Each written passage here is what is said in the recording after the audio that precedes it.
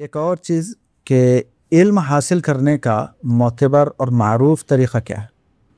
دیکھیں، علم حاصل کرنے کا معروف اور معتبر طریقہ وہی ہے جو اللہ کے رسول کے صحابہ نے اختیار کیا تھا صلی اللہ علیہ وسلم۔ اللہ کے رسول صلی اللہ علیہ وسلم فرماتے ہیں اپنے صحابہ کو، تسمعون ویسمع منکم ویسمع ممن یسمع منکم، تم مجھ سے سن رہے ہو۔ تو صحابہ نے کیسا اللہ کے رسول سے علم حاصل کیا؟ اللہ کے رسول سے سن کر۔ تو یہ ہے طریقہ۔ پھر آگے اللہ کے رسول نے خود بیان کیا کہ ابھی تم مجھ سے سن رہے ہو اور علم حاصل کر رہے ہو، آنے والا جنریشن جو ہے تمہارے بعد کا، وہ تم سے پھر اسی طرح سنے گا اور پھر علم حاصل کرے گا۔ یہی طریقہ ہے۔ اس لیے آپ دیکھیں جتنے سلف صالحین ہیں، کبھی ایک کی سیرت میں بھی آپ کو نہیں ملے گا کہ انہوں نے ذاتی مطالعے سے اس علم کو حاصل کر لیا تھا اور علماء نے ان پر تنقید نہیں کی تھی۔ ایک بندہ بھی آپ کو نہیں ملے گا، بلکہ خصوصی طور پر ان سلف صالحین کی سیرت میں آپ کو ملے گا کہ ان کے اساتذہ کون ہیں اور ان کے شاگرد کون ہیں۔ ہر ایک عالم دین کی سیرت میں رجال کی کتاب اٹھائیں، تاریخ کی کتاب اٹھائیں، تاریخ بغداد جیسے اب اٹھائیں، تاریخ دمشق اٹھائیں، رجال کی جو کتب ہیں ان تمام کتب کو آپ کھنگال ڈالیں، کسی ایک بھی عالم کے بارے میں آپ کو نہیں ملے گا کہ انہوں نے ذاتی مطالعے سے علم حاصل کر لیا تھا۔ ان کے اساتذہ کی لمبی فہرست آپ کو ملے گی۔ تہذیب الکمال آپ اٹھائیں، نام ذکر کرنے کے بعد امام مزی رحمہ اللہ فوراً کیا ذکر کرتے ہیں؟ کن سے انہوں نے علم حاصل کیا تھا، اساتذہ کی لمبی فہرست۔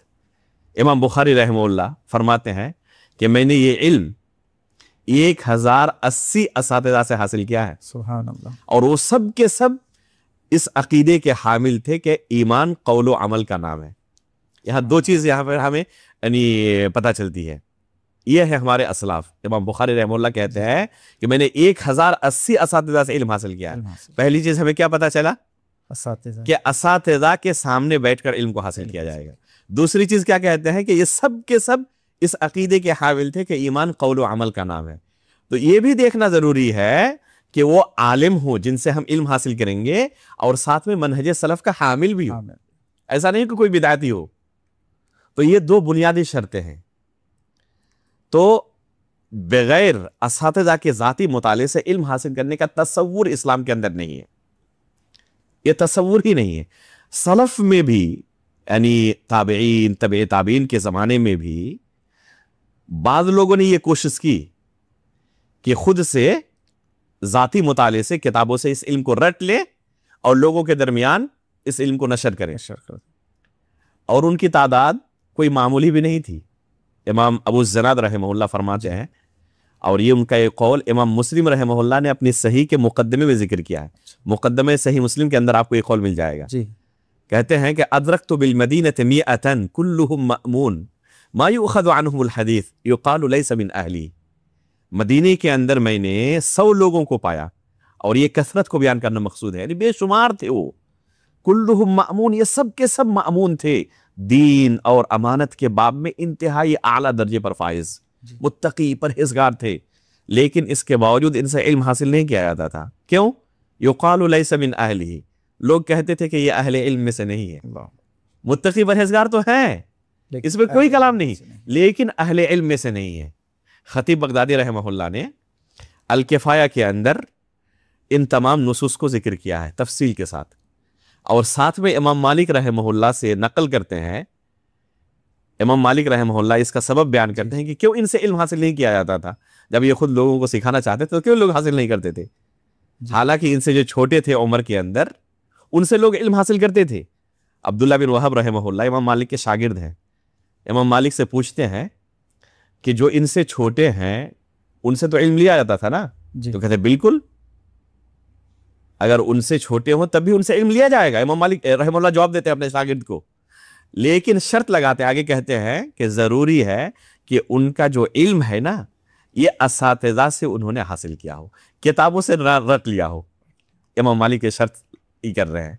تو اس تناظر میں آپ دیکھیں امام مالک کا یہ قول اور ابو الزناد رحمہ اللہ کا قول، تو نتیجہ کیا نکلا کہ اگر کوئی کتاب سے اس علم کو رٹ لیا ہو تو اس سے علم نہیں لیا جائے گا، اساتذہ کے سامنے بیٹھ کر علم کو حاصل کیا ہو قبول کیا جائے گا. اور اس سلسلے میں ایک دو رہی بے شمار نصوص ہیں سلف صالحین کے، وہ صراحت کے ساتھ کہتے تھے کہ جو شخص صحافی ہو، کتابوں سے اس علم کو رٹ لیا ہو، وہ لوگوں کو دین نہ سکھائے، لوگوں کو فتویٰ نہ دے. اور قرآن بھی اگر خود سے ذاتی مطالعے سے ذاتی محنت سے پڑھنا سیکھ لیا ہو، استاد سے تلقی نہ کیا ہو، تو یہ دوسروں کو قرآن بھی نہیں پڑھا سکتا. جائز نہیں اس کے لیے کہ دوسروں کو قرآن پڑھائے. بعض لوگوں نے ایسی کوشش کی کہ خود سے ہی قرآن پڑھنا انہوں نے شروع کیا، اور ایسی فاش قسم کی غلطیاں کی کہ آپ دنگ رہ جائیں گے.